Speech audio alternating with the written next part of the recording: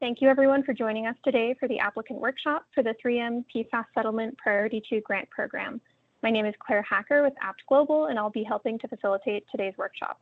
I'll now turn it to Matt Bauman with the DNR to provide some opening remarks.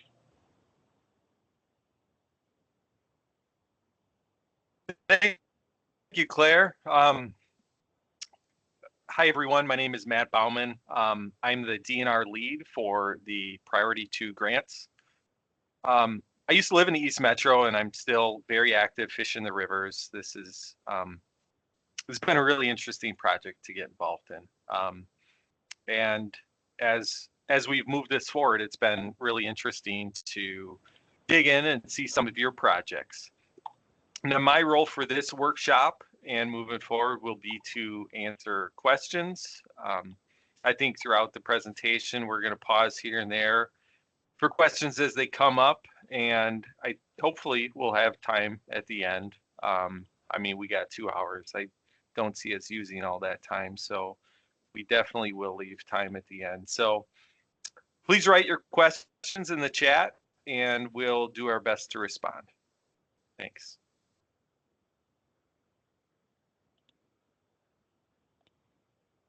Thanks, Matt. And yes, as Matt was just saying, please use the chat window if you have any questions during the presentation today, and we will get to those at several points throughout the presentation. So with that, I'd like to introduce Karen Carney with the Biodiversity Research Institute, who is going to walk us through today's presentation.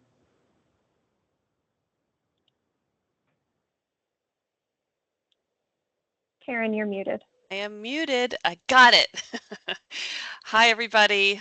Even though I can't see any of you, it's great to be with you today. Many of you probably are used to hearing my voice and seeing my face because I've been helping lead the Priority 2 planning team from its beginning. And I'm here again to talk to you today about the grant application process. I am going to try and leave my camera on. If I end up having any bandwidth issues, you might see me turn that off, but don't be alarmed. I just want to make sure you can hear me. And Claire, please let me know if you have any issues with my bandwidth as we go through. Okay, so here we have our agenda for the meeting. In general, after a brief overview of the LOIs that we received, just so you all know, we're going to walk through the required components of the grant application. And then we're going to talk about specific kind of issues associated with filling out the grant application form, where we think you might be benefit from additional guidance.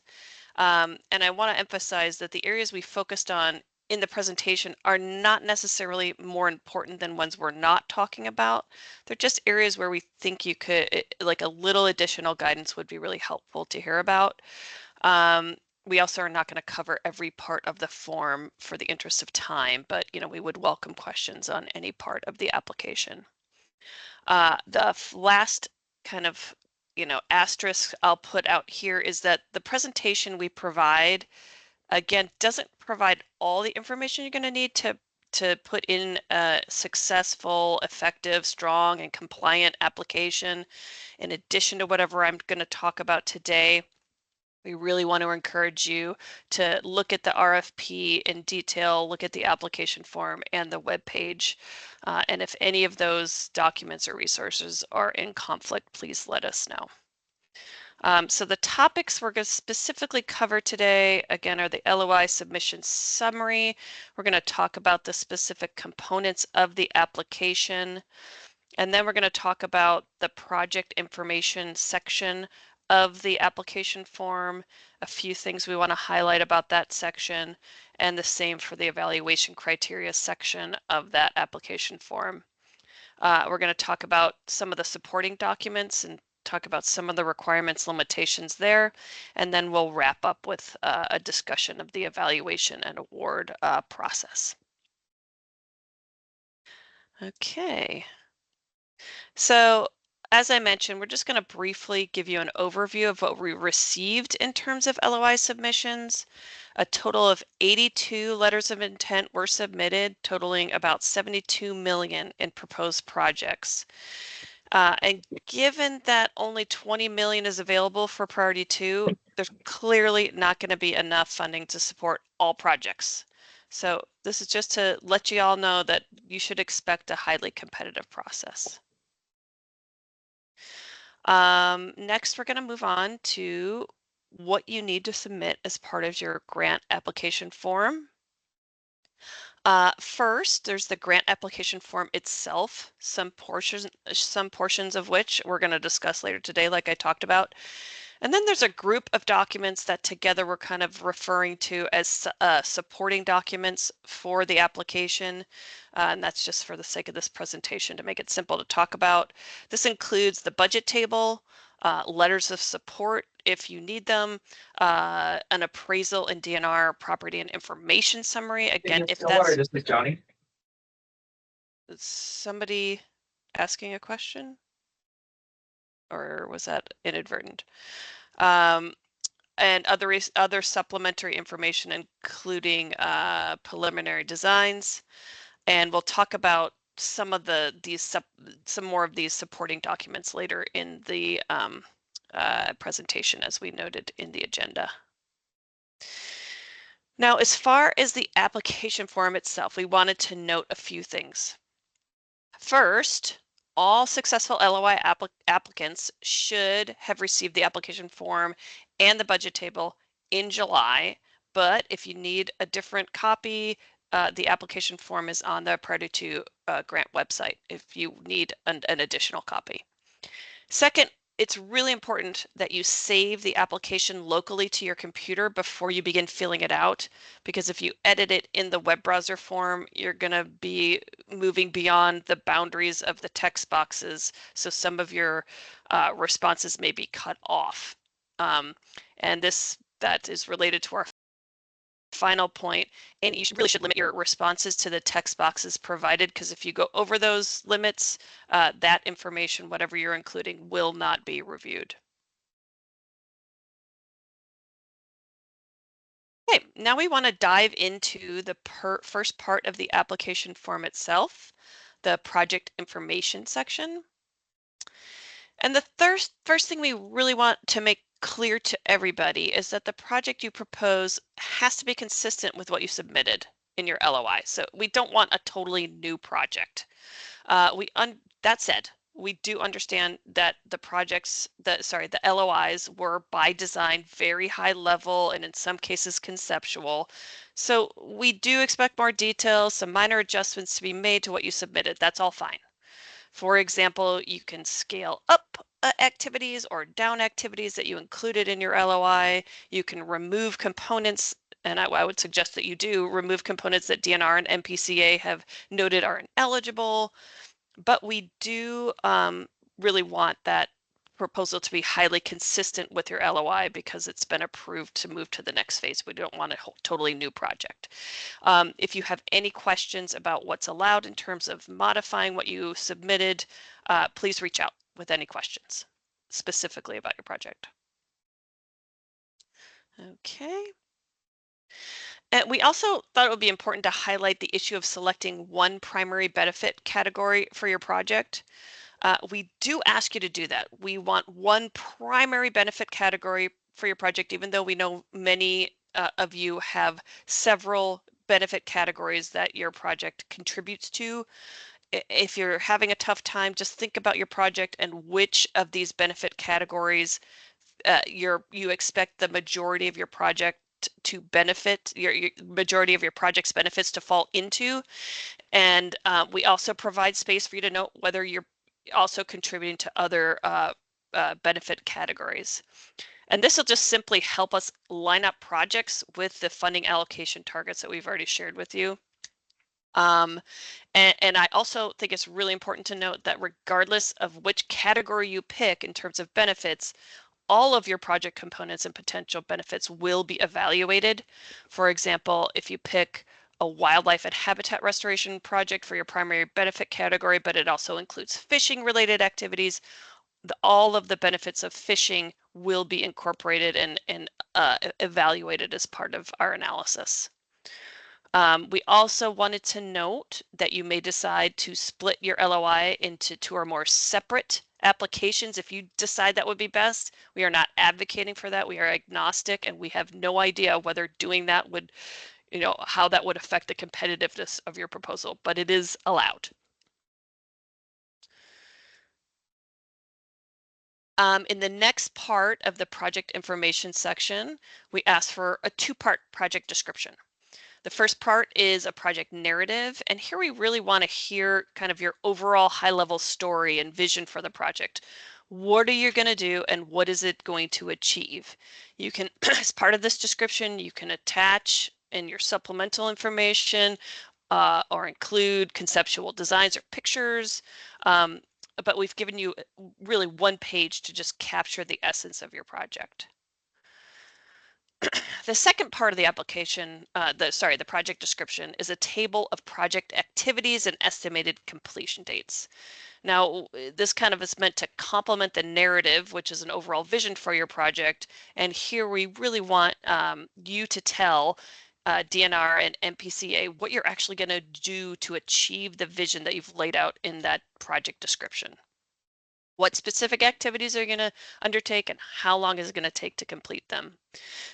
We also want to note that the activities in this table should also be used in your budget table. We really want them to mirror one another because we want cost estimates for each of the main activity categories that you provide here so we can better understand how your budget will be used to support different project activities. We're going to discuss the budget table in a bit more detail in that kind of supporting document section of our talk later.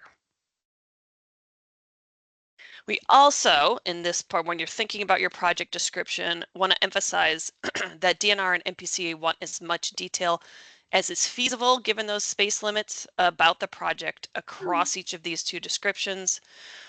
They want to know, they essentially really do want to know what they're funding.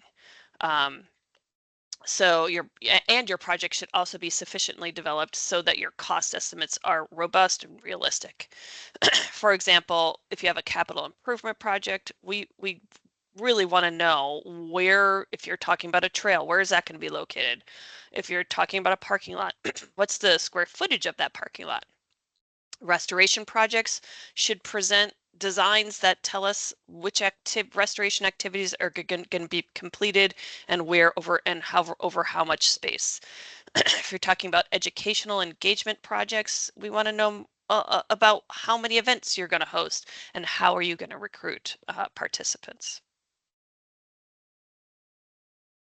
And I want to wrap up this discussion on project information, the project information section of the application form, by talking about signage. We've noted this in several different kind of presentations to work groups, but signs regarding fish consumption are required and actually will be provided, that's new, for projects, fishing related projects on water bodies where, excuse me, fish consumption advice goes beyond state guidelines. Sorry, statewide guidelines. Other PFAS related signage will also require state approval, but we don't need you to have exact language at the time of your proposal.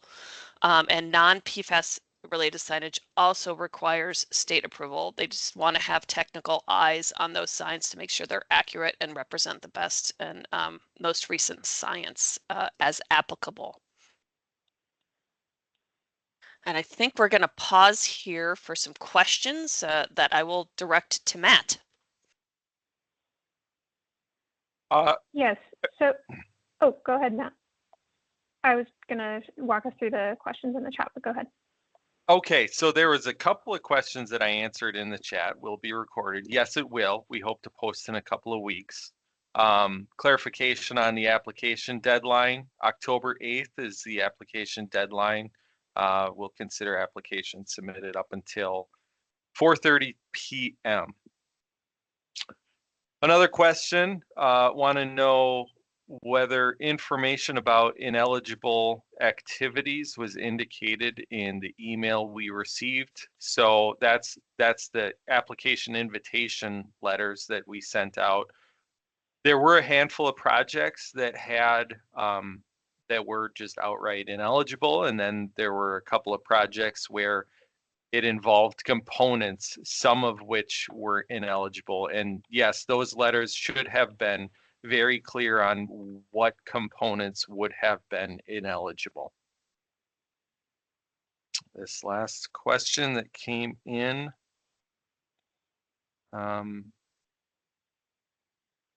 Let's just hold off on these questions that are coming in right now until the next pause. How about that?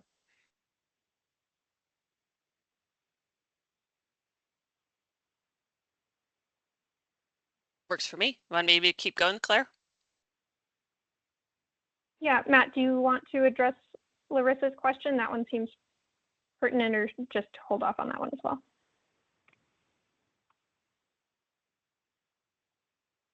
Would it be possible to combine two accepted LOI projects that have similar goals?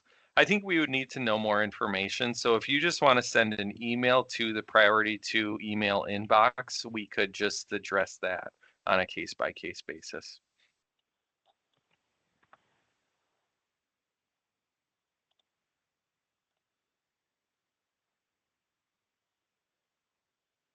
Looks like we've got a question about signage. Yes, when signage. It comes to signage, will the signs be in languages other than English, such as Spanish and Hmong? Yeah, so some signage is signage that is at accesses, you know, that relates to fish contamination. Like Karen said, they would be provided to communicate that consumption risk, and there are standards for signage. I believe it has to be in 3 different languages. Signs that are inland as just part of your project, it could be wayfinding signage or any other kind of signage. You know, we want to know what the signs are going to say, but there aren't like state standards for that. So I think that would be up to the project proposer.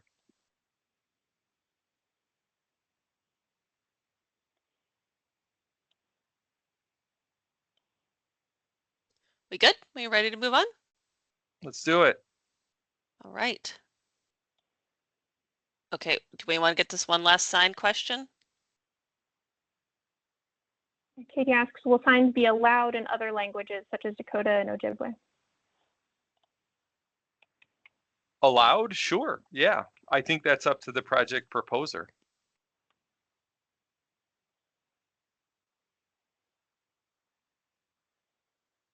Great. Yeah, Karen, I think you can continue, and any other questions we'll catch at the next break. Sounds good. Okay, now we are going to move into the evaluation criteria part of the form. And this list includes all of the 11 evaluation criteria that will be used to evaluate proposals. And each has a corresponding question on the application form. We are not going to go through all of these today, but there are a few where we think we could offer a bit more direction and help.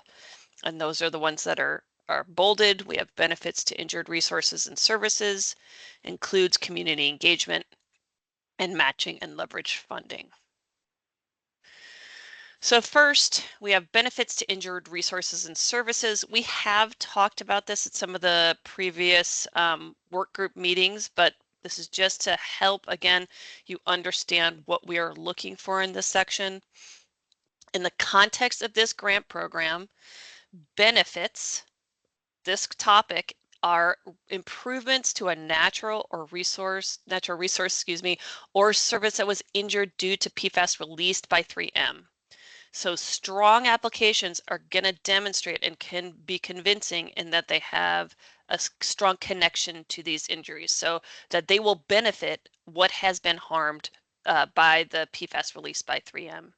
And again, in the context of this grant program, harmed natural resources and services include terrestrial, wetland, and aquatic habitats, wildlife, and nature-focused outdoor recreation opportunities.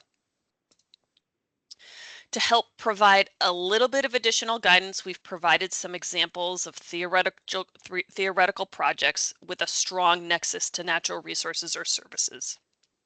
So here's some examples. We have aquatic habitat restoration. This benefits injured aquatic habitats and associated wildlife. We have improving understanding of fish consumption guidance. This can improve people's ability to safely enjoy consuming fish, which has been challenged by PFAS. We have wildlife viewing platform construction. This benefits human enjoyment of wildlife, which PFAS is harmed by making wildlife less abundant and thus less easy to see and enjoy. To be clear, these are just a few examples of how to connect what the project is going to do to what was harmed by PFAS. Don't worry if your project doesn't have any of these components or only has one, or this is not about like these are the best activities. This is just to help you understand the kind of thing we're looking for. So hopefully that's clear. We also want to know that while, all of the people that are attending, all of the LOIs did pass screening, some projects had components that in our eyes did not have a strong nexus to injured resources or services. These include things like buildings or park landscaping versus habitat restoration. In both of these examples, the benefits to habitat, wildlife, fishing, or nature-focused recreation is pretty tenuous or indirect. It just didn't feel very strong, that nexus, that connection. So there are other examples of, weak links, weak nexuses between, proposed project activity and the kind of things that were harmed by PFAS. And we are not intending to provide an exhaustive list, but we are encouraging each applicant to review what they're proposing to do and make sure you can make that connection. Make sure they're likely to provide benefits to things that were harmed by PFAS, as laid out here and in all of our other the settlement language, so that you score well on this criteria. If you include things with, components with weak benefits in our eyes, then you could that could reduce your score on this criterion. So just take a gander at what you're proposing to do, run it by this benefit screening, and make sure what you're doing is really in line with what this program is about. And you can, if you want to, dropping components is fine. If you look at a particular activity, you're like, this doesn't fit this program very well, we're just going to drop it. That is allowed. Adding a whole bunch of new project components would be problematic, but if you want to drop one because the nexus isn't there, that's fine. Okay, the next criterion we're going to discuss is community engagement. And we just want to emphasize that and we've mentioned this again before in some of the work groups, but some forms of community engagement are stronger than others. And in this context of this grant, you're going to get more credit for activities that actually involve community members in the project in some way versus projects that only produce one-way communications, like producing emails, posting signs, producing brochures that people can read. And it's really important that if under another evaluation criteria, the equity and environmental justice criterion, you anticipate and make the case that your project is going to provide such benefits, make sure to detail your project's engagement with underserved and underrepresented populations under community engagement as well. If you're claiming benefits for those populations, we want to see how you're going to engage those communities. And the final criterion we're going to talk about is matching and leveraged funding.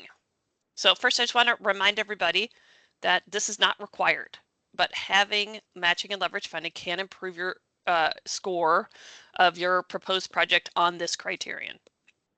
And the other thing I want you to articulate is to count as matching and leveraged funding.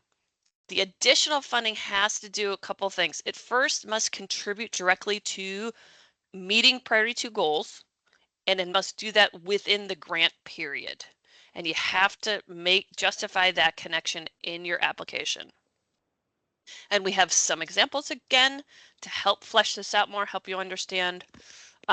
Example 1, if you're building a community center, you want to restore the land around the building, the cost of the building would not count as matching or leverage funding because the community center itself is not contributing to the goals of priority 2.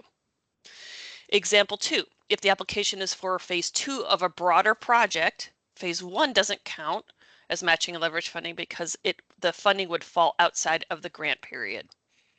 Example 3, if the application would augment a separately funded wetland project, a current one that hasn't been completed yet, the cost of the funded habitat restoration project would qualify because it falls within the grant project period and it contributes to priority 2 goals. and the reason for all this is that this criterion is all about giving you credit if you are using other funds to expand what can be achieved through priority 2 funding, what it could do on its own. Are you advancing it further? Are you leveraging it to do more work that could be done with priority 2 funding alone? Okay. Oh, the other thing I want to note is that in-kind contributions can count as matching and leverage funding if you want. For an example, if you have volunteer labor to do native plantings, that would count. Okay, I'm going to pause here again.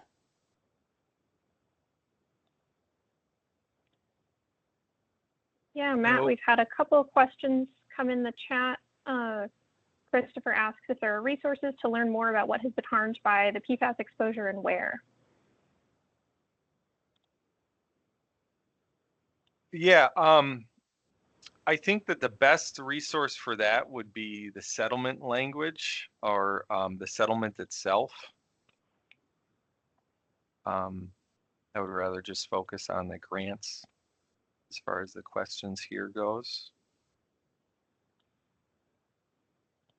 We had a question from Anna. Will all projects selected to receive full funding, or will some projects be considered for partial funding?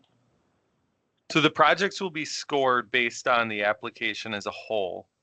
You know, when we're crunching the numbers and figuring out where we're at, we might fund some projects partially, and that's why it's beneficial to be specific when it comes to filling out the budget table. Try to itemize those activities as best you can.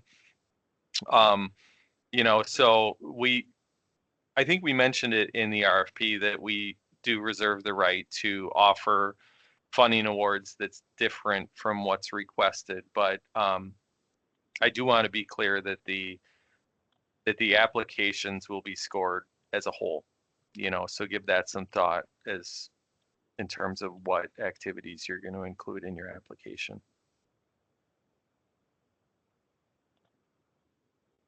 Great. We've got a couple of related questions about in-kind contributions and the matching funding. So from Larissa, she asks, do you value volunteer in-kind contributions in a particular way? And Katie asks, does prevailing wage apply to these projects? Related to matching, if we have staff time listed as an in-kind match, do staff doing in-kind work need to be paid at prevailing wages? Yes, the volunteer in-kind contributions, we had conversations about that, and it never really got settled. Like, how do you put a monetary value on volunteer labor? I don't think we ever really got that answered.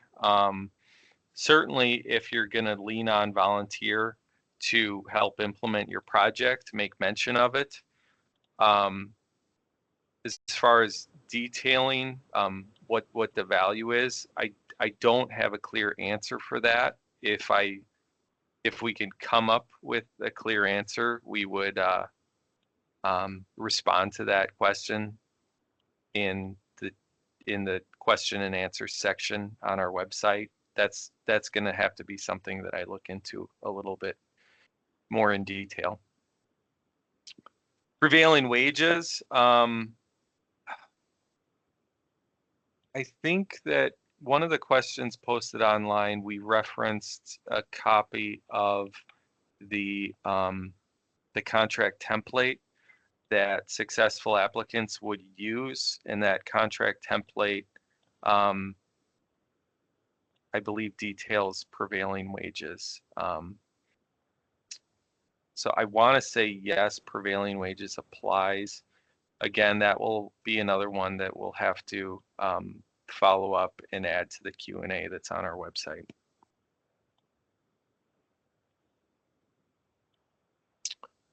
Okay, great. Zach asked a couple of questions. Zach, your question about letters of support, we'll be getting to that later in the presentation, so we'll hold on to that one. And then Zach also asks, we are looking to build a brand new park with a lot of trails and habitat preservation / restoration and outdoor classrooms. Can public access improvements such as parking lots and utilities be included? Yeah, so that would be a situation where we would look at what you proposed in your LOI and what you're applying for. We want the applications to be consistent with the letter of intent, you know, the project that's described in the letter of intent. If it's vastly different, you know, we might have a few questions, but if it's for the most part a part of the same project, that should be okay. You know, recognize that if you're adding components to a similar project and we weren't given a chance to, you know, offer you feedback on it, it might impact your score as we move forward with scoring these projects. Claire, Zach also had a question earlier on. It sounded like the example that he provided was a restoration and recreation related project. You know, so maybe if it's a restoration project in a park, for instance, and he said they're pursuing Conservation Partners Legacy for the restoration component, but that funding is up in the air. They don't know if they can necessarily get it.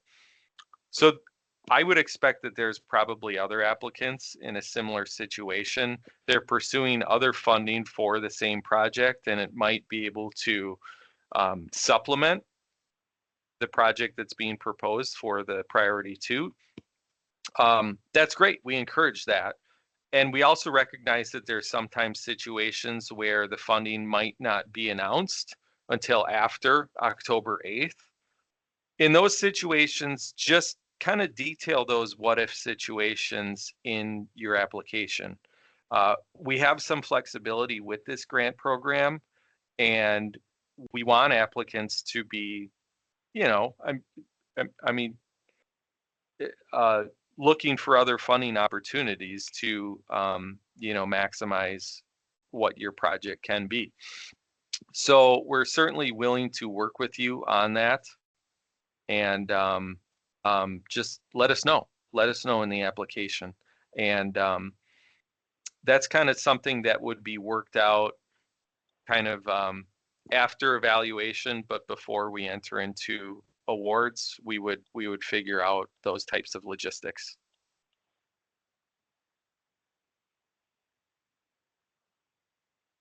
Thanks, Matt. We've got another question from Mike asking, can a nonprofit / non-governmental organization run financial management through the project location's city as they are the property owner?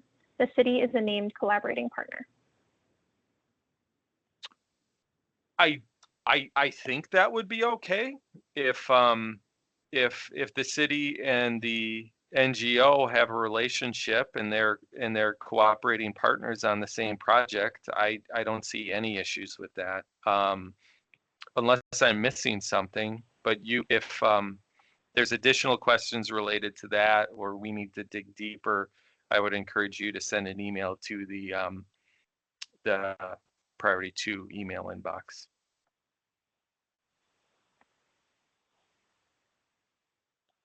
Seeing some additional questions about letters of support, and just noting again that we will come back to that as that is a topic coming up in the presentation. And with that, I'm not seeing any other questions at this time. Karen, I think you can go ahead, and again, if there are more questions that come in, we will get to those. Sounds good. Okay, so we are getting to the much asked about supporting documents section. So first in this section, we're going to talk about the budget table. We want to note that there are detailed instructions in the budget table that you should review and follow. And the table itself, the one that has been attached and included, is pre-populated with some common types of expenses. You should feel free to add or edit rows as necessary to capture your budget, your project budget. This can be tailored to what you need. Don't take anything that's in there as set in stone.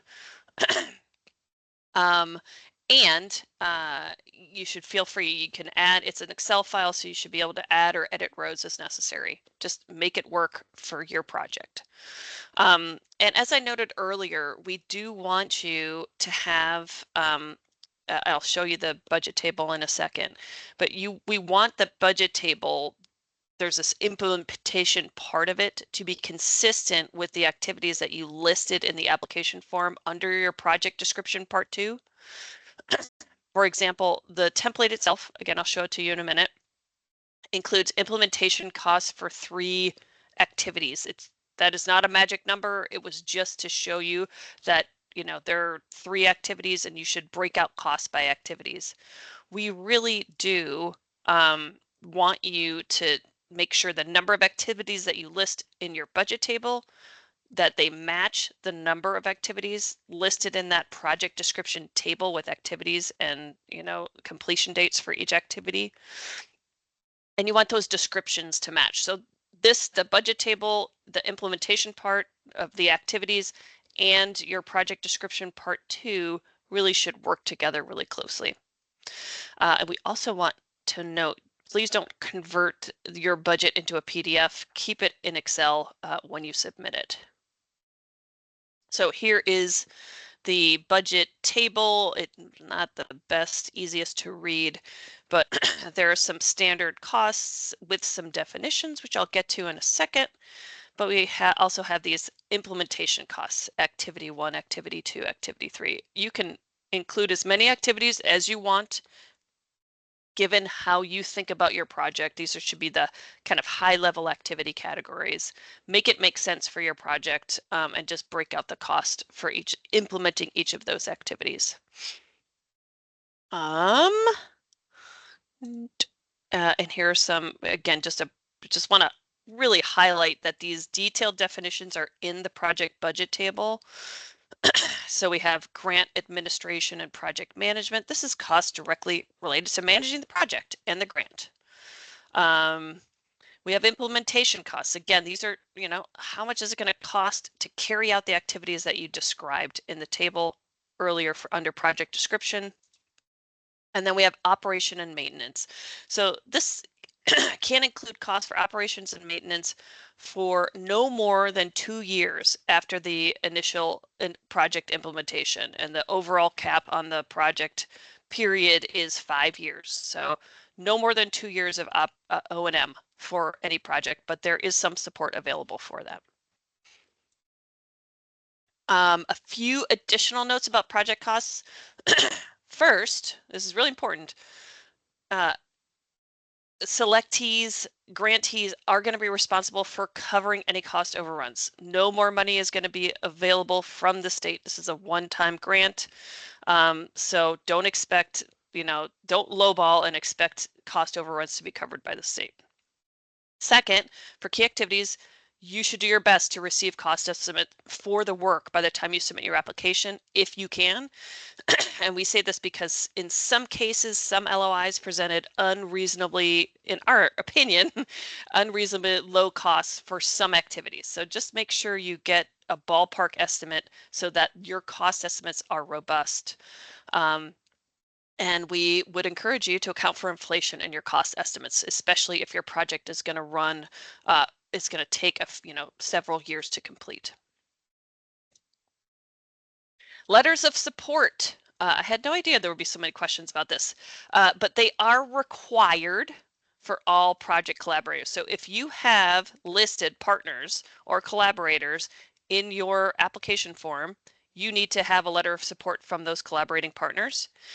And if your project is going to be conducting activities on land owned by other people, not by your entity, letters of support from those landowners are going to be required. I think that's straightforward, but we'll talk about any questions related to that in a minute. Okay, I don't think this applies to many projects, but if your project involves the purchase of property, really the main point is you need to refer to the guidance in Appendix A of the RFP. There are potential restrictions or limitations for projects that involve the purchase of property. Easements and deed restrictions will be required for projects on private land. And anything related to this kind of agreement it will be developed during grant agreements if your project is selected for funding. And finally, supplemental information. This is limited to 10 pages. You know, the application is brief. We don't want to get, 17 attachments that are 100 pages each. We really want you to tailor that information for what would support our understanding of your project and what it will achieve. That's it, 10 pages. You can include as part of that those 10 pages, preliminary project designs, maps, figures, whatever helps you tell the story. If you have supplementary information, you should make sure to reference that. So instead of attaching a bunch of documents and hoping we'll wade through them to get what you're hoping we get out of them, make sure somewhere in the application form, if it's about benefits or it's about local planning documents, include very specific information that you can direct the evaluators to. What is that information for? How does it support your application? And these items can all be submitted together in one PDF, or they can be attached separately. It doesn't really matter. Just make sure you meet that page limit. I think that's it. And now we will stop again and have some questions. Thanks, Karen. Yeah, there was a question from the Upper Mississippi River Basin Association about how many letters of support would be appropriate. If there are a number of potential partners, would there be a desired amount? I know Karen just went over letters of support, but not sure if you wanted to add anything, Matt. I think that there's situations where someone might have a supporter, not necessarily a collaborator. If in doubt, sure, add a letter. Yeah, if you want to show that as additional support, we would certainly welcome it. Yeah, extra support letters are not going to harm anybody. Okay, and then we have another question. We've gone through a preliminary design and cost estimate for a project with a particular contractor. Can we write that contractor into our application as a pre-selected contractor, or do we have to go to bid for the work? And then a clarifier, should we list that contractor as a project collaborator?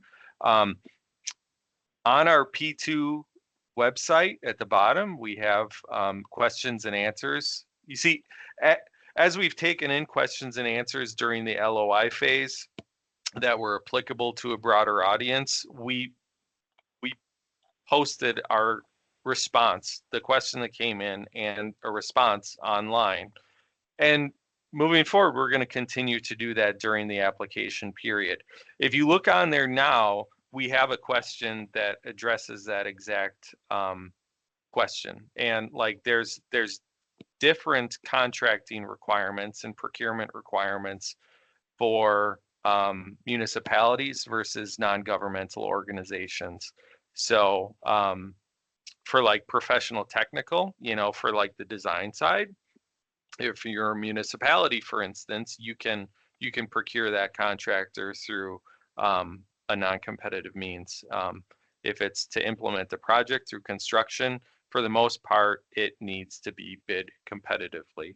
By and large, the procurement requirements are designed in a way that, when possible, they should be bid competitively.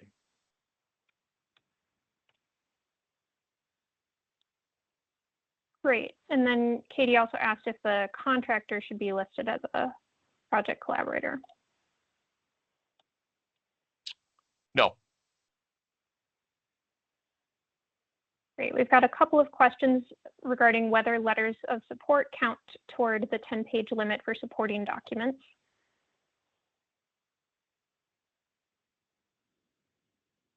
No. I would say no. Yeah, no. Great. And then a couple more questions coming in about letters of support. Joe asks, do letters of support need to be from a governing body versus staff, i.e. city council versus city engineer? No. No. We might put more stock in a letter from a city council, you know, say a situation where a city council might be a financial partner, you know, and the letter might detail what kind of commitments the city has set aside. You know, that might be important information to communicate in a letter of support, but that same information could also be communicated just by a city staff person too. So no hard and fast rules for that. No. And then Kirsten asks, in the case where the school district is the applicant, do we need a letter of support for each participating school site within the district? Oh, that seems like it would be a little excessive. We don't want these letters of support to get overly burdensome for you applicants. That seems excessive. No. The answer to that question would be no. We don't need letters from every single school that would be participating in the project.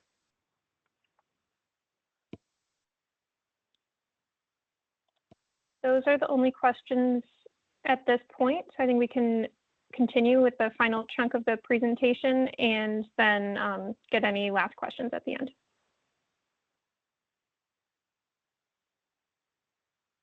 That's good. We're at the end. Okay, the evaluation process. The first thing we're going to do, the DNR and MP, oh, it's gone. Claire, did you mean to do that? Somebody stole it. Stole the presentation from me. No. Matt, did you do that? Give me just a moment here. I did not do that, but should be able to fix it.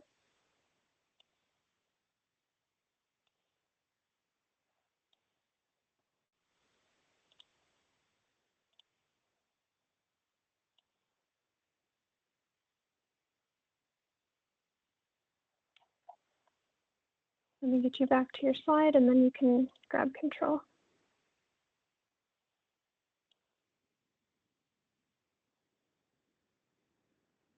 All right, you'll just need to take control again, Karen. Yep. Okay, so the DNR and MPCA has an evaluation team for this grant program. They will review and score each application. The evaluation team, after collating all the scores, will recommend projects for funding, and the DNR and MPCA commissioners have the final say. They will determine the final selection of projects to receive funding. Funding decisions are going to be based in part on the amount of funds requested by each project and the funding available for each benefit category. The state will then negotiate with selected applicants to finalize the project scope and budget, and then both parties will enter into a grant agreement. If you want to see what a template grant agreement looks like, you can look at page 2 of the application form, and there's a link to that. We also want to note that grant costs are reimbursement based. You will not be paid in advance. You won't get a grant lump sum forwarded to your organization. It will be reimbursement based, and you will invoice to DNR, who is going to review and approve each invoice. And reporting expectations are going to be defined in the grant agreement. I think that's it.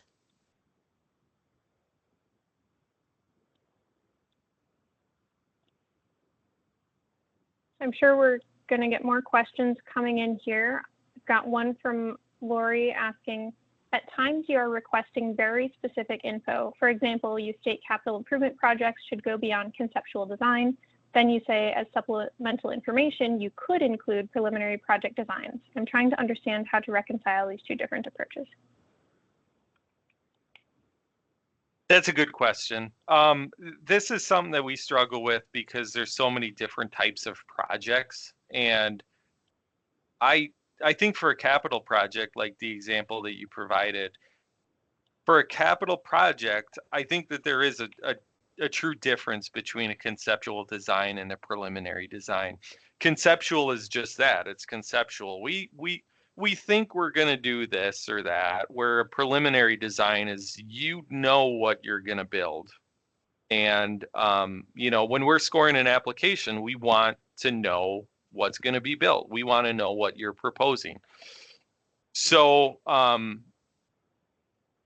we review the applications, and if funded, we use those applications to define what the grant deliverables are. You know, so the application, the preliminary designs need to be clear enough to communicate exactly what's being proposed to be built. And I understand that that might be harder to do for some projects than others, but I guess just do your best.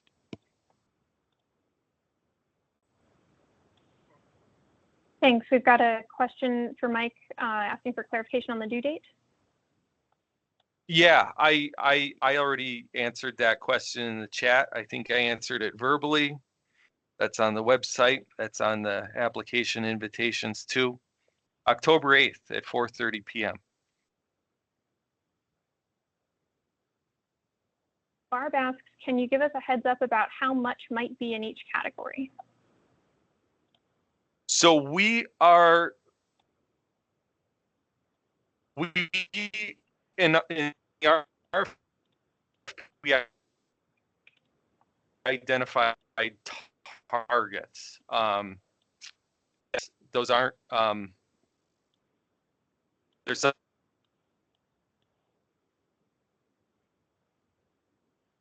level of flexibility when we were preparing the RFP target for what. Yeah, Matt, wildlife you're and breaking up, habitation, unfortunately. 13 million. Recreational fishing related, 1 million. Matt, we're not hearing you clearly. Matt, you're breaking up. What? I can try and say what you were saying if you want. Is he back? Is he gone? Looks like Matt Well, might be frozen. Yeah, I'll say what I think he was saying. Essentially, at the time of the RFP's release, we had target allocations for each of those benefit categories. Those are very much kind of targets. They're not set in stone, but there are, and I think these were shared with the work groups, so this hopefully is not going to be news to at least some of you out there. But the wildlife and habitat restoration was allocated, again, this rough target of about 13 million. We had recreational fishing related projects was allocated about 1 million, and then non-fishing related outdoor recreation, we have about 6 million. Again, these are targets. We're gonna, you know, it's something that is going to influence funding, but it is not the end all be all, if that's helpful. I'm back if you can hear me. Yes, we can hear you, Matt. We can hear you. Did I do okay? Do you want to correct anything I said? No, that sounded good. They are just targets. They're just that. And many projects, you know, touch on multiple different funding categories. So yes, that works. Great. I've got a question about who will the review committee consist of? I'm comfortable disclosing that. We got MPCA personnel, we got DNR personnel, and we got a consultant as well.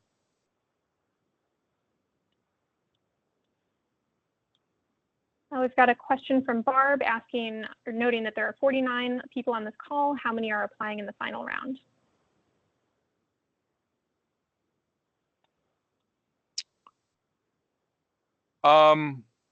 Well, some folks might listen to the recording after it's posted online, so I recognize that we probably don't have everyone. What was that first slide that you shared, Karen? Did that say 72? It was 82 that were submitted.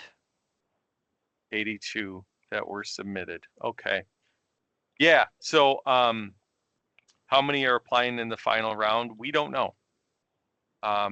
We can't disclose how many were invited to submit an application. We can't disclose any of that information until evaluations are complete.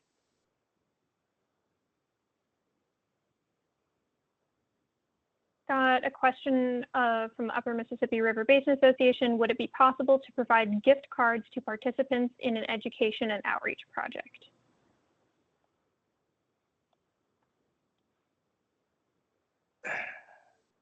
I have no idea.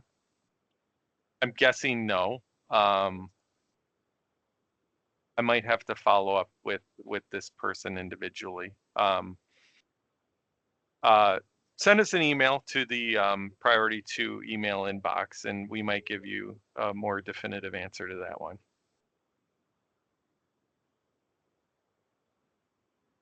Great, and then we've got a couple of questions about the evaluation criteria. Lil asks, are all the evaluation criteria weighted equally? And Kelly asks, have you shared or will you share the specific scoring criteria?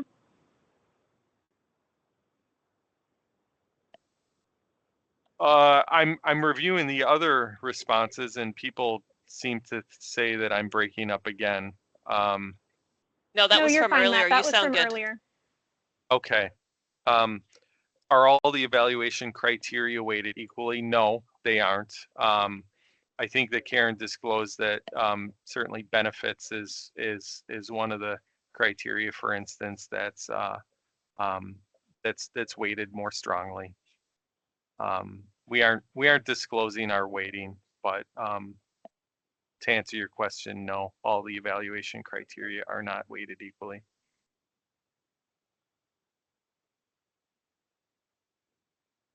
And that touches on the final question too. Oh. Yeah. Great.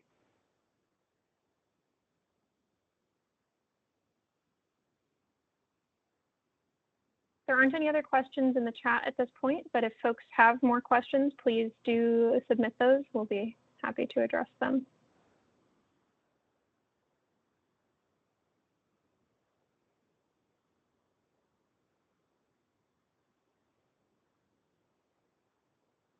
We can give it a couple of minutes here. Yeah, and again, feel free to submit questions to the 3M Priority 2 email inbox. And if they're like project specific questions, we might reply to you directly. If the responses would be useful to a broader audience, we don't want to give any one applicant a leg up, so we would post those responses on our website. So, please monitor our website for question and answers as they continue to come in.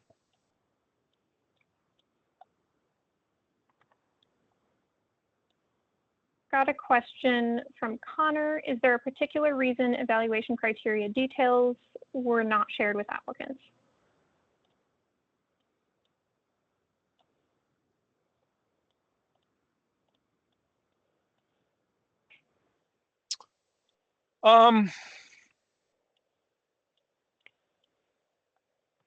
I don't know if I have a good reason for that. We just don't. Most grant programs don't. I will clarify that the description of the evaluation criteria is included in the RFP, so you should read that really carefully. We just don't provide the scoring, the weighting. Yeah, you should respond to every question as good as you can. I'll say that.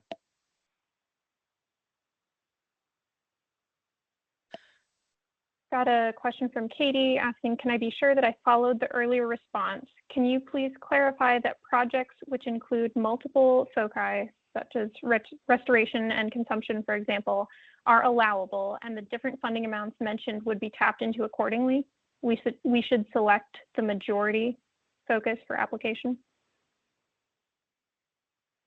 I think that's right. I'll just jump in and say that. I think you interpreted it exactly right.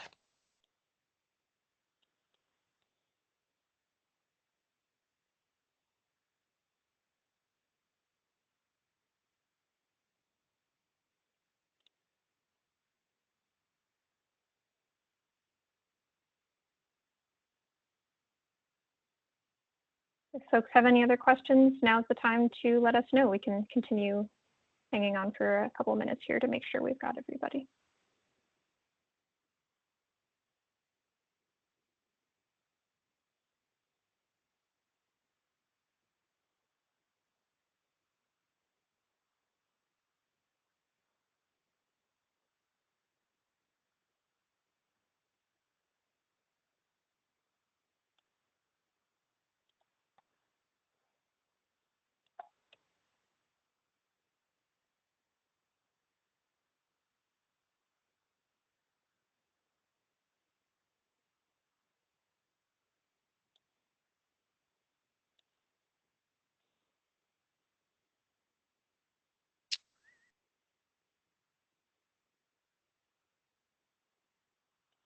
I think that's probably good, huh?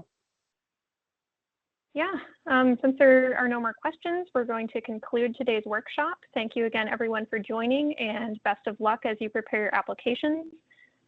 Just reiterating one more time, if you have any additional questions, please reach out to the Priority 2 email that was listed on the slide. You can find it on the website. I can also drop it in the chat. If questions are applicable to the broader group, we'll post the responses on the Priority 2 grant webpage. And as a reminder, the recording and slides from this workshop will also be posted on the webpage, along with responses to any questions we indicated we would need to follow up on in that manner. Thank you, everyone.